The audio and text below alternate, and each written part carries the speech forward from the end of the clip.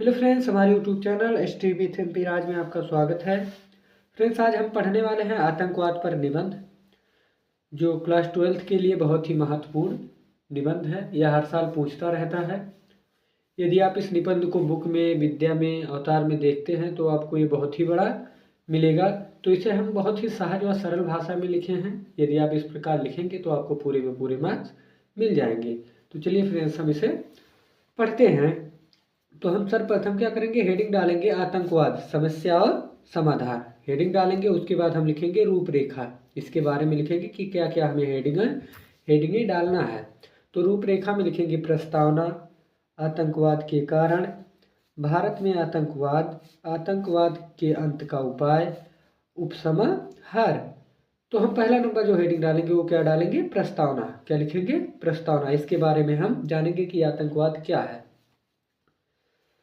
आतंकवाद यानी जो प्रस्तावना है, प्रस्तावना में हम लिखेंगे आतंकवाद एक ऐसी पशु प्रवृत्ति है जिसकी ना कोई जात है, ना समाज और ना ही कोई राष्ट्र है। जो आतंकवाद हैं उनकी ना कोई जाति है, ना कोई समाज है और ना कोई राष्ट्र है। यह तो विघटनकारी तत्वों द्वारा स्वार्थ अंध होकर किया गया सामूहिक हिंसात्मक प्रयास है, जिससे राष्ट्रद्रोह, दोह के प्रति राग और देशभक्ति के प्रति द्वेष भाव मुख्य रूप से रहता है। इतना हम क्या लिखेंगे, प्रस्तावना में लिखेंगे। उसके बाद हम दूसरा नंबर हेडिंग डालेंगे आतंकवाद के कारण, यानी जो आतंकवाद के क्या कारण है वो हेडिंग डालेंगे।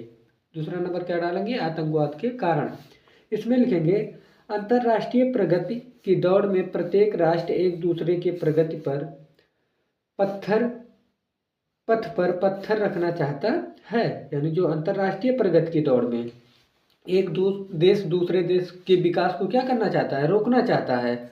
आतंकवाद भी एक पत्थर ही है। और जो आतंकवाद है वो क्या है, एक पत्थर है जो जात, धर्म, भाषा तथा आदि क्षेत्र को माध्यम बनाकर प्रगति पथ पर गतिरोधक बनाकर रखा जाता है। यानी आतंकवाद को क्या कर दिया जाता है, भेद दिया जाता है। उन्हें जाति, धर्म, भाषा क्षेत्रों में का माध्यम बनाकर उन्हें क्या किया जाता है कि जाओ क्या करो, देश में ऐसे उनकी जो विकास हो रही, प्रगति हो रही है उसे क्या करो, रोको। यानी उन्हें बनाकर गतिरोधक बनाकर भेद दिया जाता है, जिसके पीछे किसी दूसरे व्यक्ति की बुरी साजिश होती है। इसके पीछे क्या होता है कि किसी दूसरे व्यक्ति की बुरी साजिश होती है।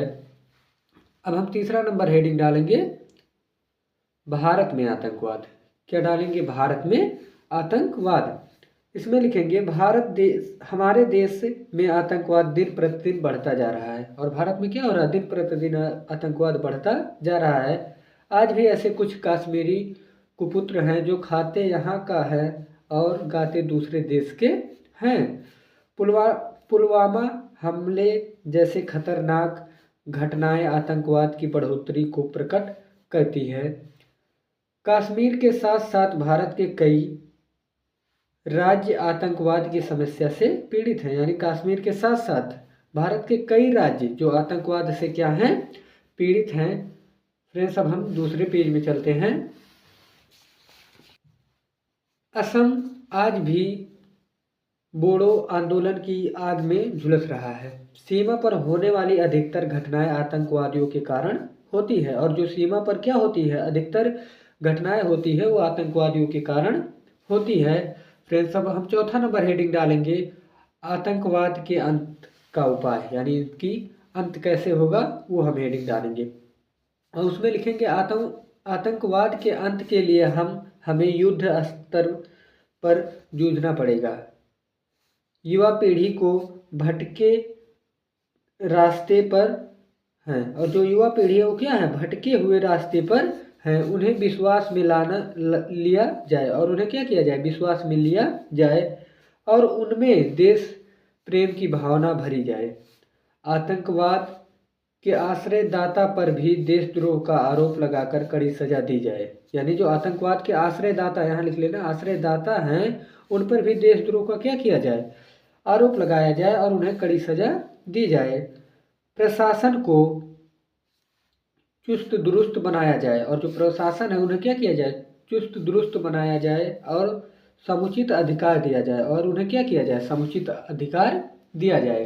फ्रेंड्स, अब हम 5वां नंबर हेडिंग डालेंगे उपसमाहार, और इसमें लिखना शुरू करेंगे उपसमाहार हेडिंग डालकर, आतंकवाद को रोकने के लिए प्रत्येक आदमी का कर्तव्य है कि वह इसको समाप्त करने के लिए अंत तक संघर्ष करे।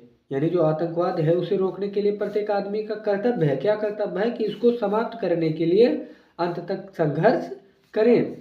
प्रशासन का पूरा समय आतंकवाद से निपटने में लग जाता है, और जो प्रशासन है वो क्या होता है, आतंकवाद से निपटने में पूरा समय लग जाता है।